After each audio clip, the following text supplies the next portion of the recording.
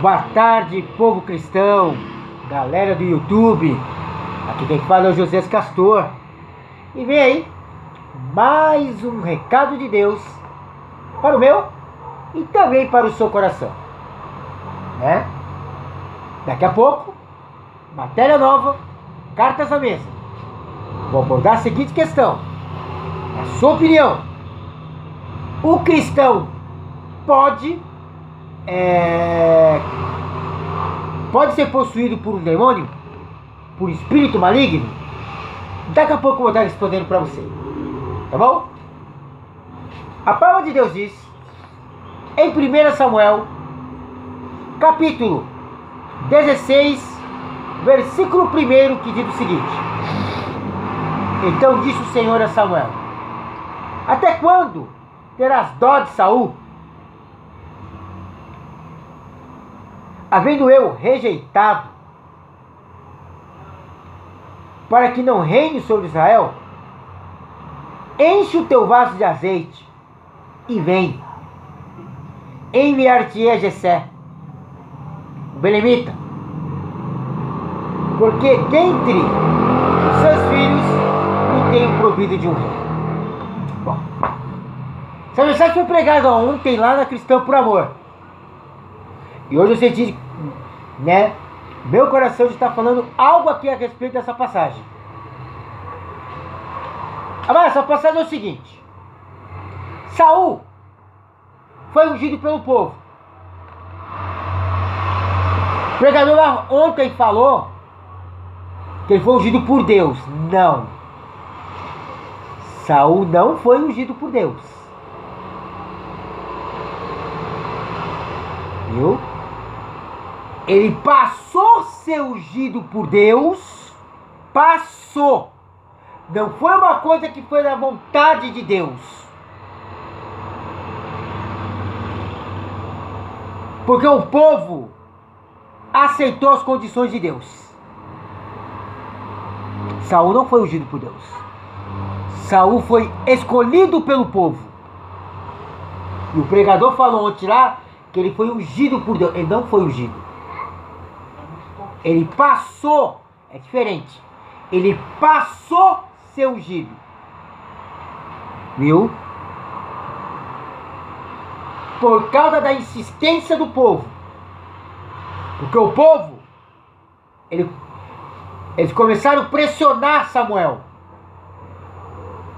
Ah, Samuel, todos os povos têm um rei. E com a gente não pode ser diferente. Nós precisamos de um rei. E aí o povo escolheu Saul. Amados, primeira coisa: tudo que é escolhido pela maioria não dá certo. Viu? Você tá vendo o Lula fazendo um bom governo aí? Eu não tô vendo. Eu tô vendo ele viajando pra China, viajando não sei pra onde. Ele assumiu no início do ano. Até agora eu não vi nenhuma obra feita pelo Lula. Por quê? A maioria escolheram ele.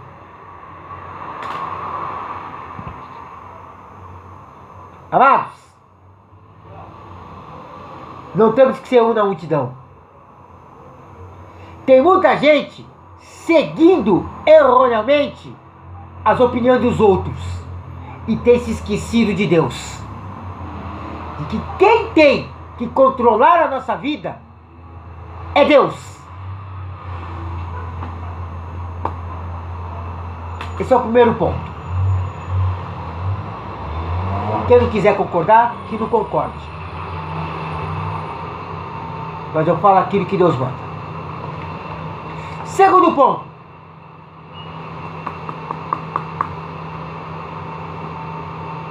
Samuel, ele estava com dó de Saul. Samuel ainda tinha na sua cabeça que Saul e iria uma hora se redimir. Viu? Não é isso que exatamente a gente pensa de uma pessoa que está vivendo uma vida contrária à vontade de Deus, como era o caso de Saul. Viu? E aí a pessoa diz, ah não, isso é fase. Samuel estava pensando dessa forma. E aí o Senhor repreendeu Saul. Saul, até quando você vai ter pena de... Samuel, até quando você vai ter pena de Saul? Eu já o rejeitei, Samuel.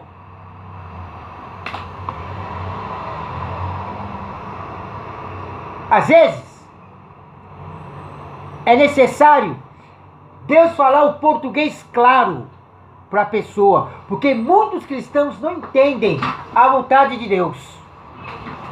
Não entendem. Sabe? E por não entenderem a vontade de Deus, Deus é obrigado a chegar e falar: meu filho, o que eu quero dizer é exatamente isto. Se atenta aos meus olhos e realiza a minha vontade. Foi o que aconteceu aqui no texto. Teve que Deus repreender Samuel para ele entender que Saul já era carta fora do baralho para Deus. Saul pecou. Saul foi consultar espíritos adivinhadores. E isso é abominação aos olhos de Deus. E aí o que Deus fez? Deus deu uma estratégia para Samuel. Samuel, enche a tua vasilha de azeite e vai na casa de um homem chamado Jessé, lá em Belém. Porque é lá que eu vou revelar para você qual é um dos filhos de Jessé que será ungido rei. Amados, outra lição. Quando Deus determinar algo, ou na sua vida, ou na vida da igreja que você congrega, ou numa nação, ela só vai se cumprir se Deus permitir. Nós não devemos esquecer que eu e você, corpo de Cristo e galera do YouTube, fomos escolhidos por Deus para fazer a vontade dele e nada mais. Só que isso, eu e você,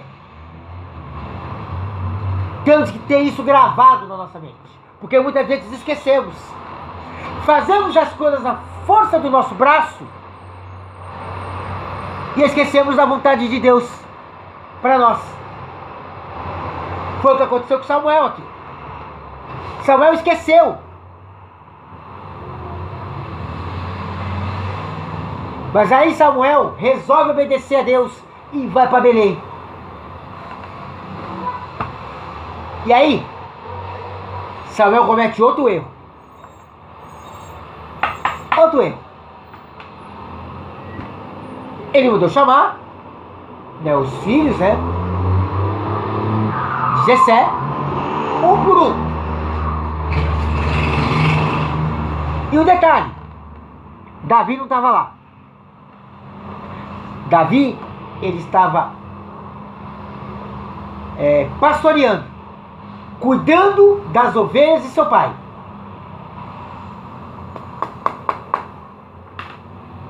E aí, Jessé traz Eliabe, forte, robusto, né? Musculoso, boa aparência. E Samuel, aí eu concordo com o que o pastor falou ontem.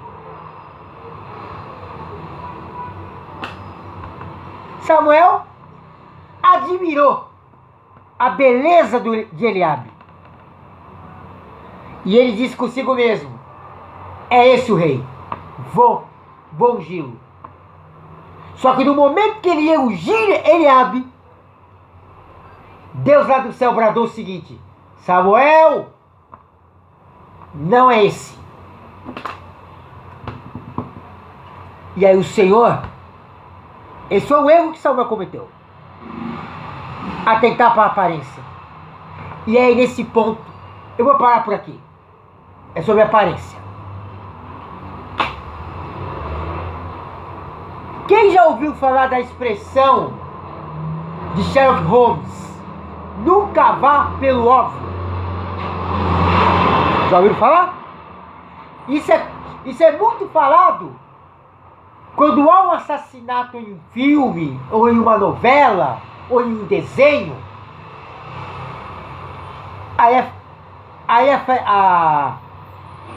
Vem essa expressão: nunca vá pelo óbvio. Pois é, Samuel foi pelo óbvio.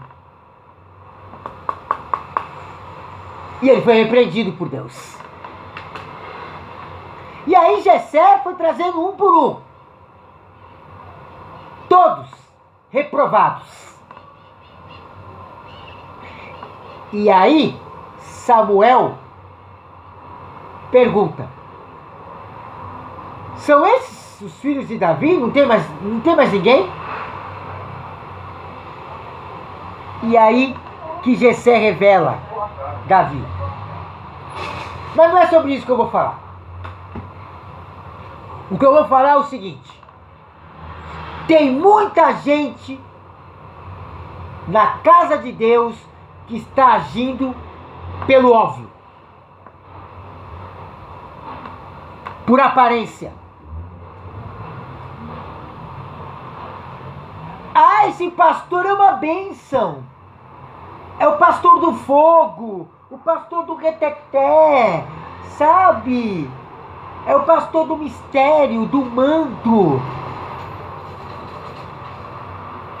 Só que se você for analisar a vida do pastor fora da igreja, eu estou generalizando, tá? Quero deixar bem claro aqui. Estou dizendo o que tem acontecido no corpo de Cristo. Alguns pastores agem dessa forma que eu vou falar. Fora da igreja, ele bebe, fuma, prostitui. Uma vida carregada de pecados. Sabe como são chamados esses pastores? Pregadores cush. Pregadores de aparência. E não é só pastores não, viu? Membros também. Vai lá no domingo, fica quietinho no banco, marcando presença. Aí no dia a dia, chega na segunda-feira, comete esses mesmos pecados que eu falei do pastor. Aí eu vou te perguntar: que espécie de crente você tem sido? Hã? Não responda pra mim. Porque se eu perguntar pra vocês, pra cada um de vocês que estão ouvindo essa palavra, todo mundo vai dizer: ah, eu sou um crente que serve inteiramente a Deus. Não. Não responda pra mim. Responda pra Deus. Só que cuidado que você vai responder pra Deus, tá? Porque Deus conhece o teu coração. Eu não vou me estender muito. Já está dando 15 minutos aqui. Mas eu vou dizer o seguinte para vocês. Se você ter ido na casa do Senhor por aparência, santifique as suas vestes, conserta a tua vida, coloca a tua casa em ordem, porque Jesus não vai levar para o céu crentes de aparência. Falsidade, hipocrisia, mentira, ilusão não vai ter espaço no céu. E não tem. Lá só vai ter luz, verdade e adoração. Portanto, conserta a tua vida, irmão. Reveja os seus conceitos e vê se não tem algo que você precisa consertar espiritualmente. Se tem, peça perdão a Deus. Se tem magoado algum irmão, peça perdão a algum irmão. Em Cristo Jesus. Porque o evangelho que a gente pregamos não é brinquedo. Tem muita gente brincando com a palavra de Deus, brincando com o próprio Deus. E o crente da aparência, ele brinca com Deus. É uma forma de brincar com Deus. Portanto, irmãos, toma cuidado. Vigia. Ore. Se consagre. Se possível for, jejue.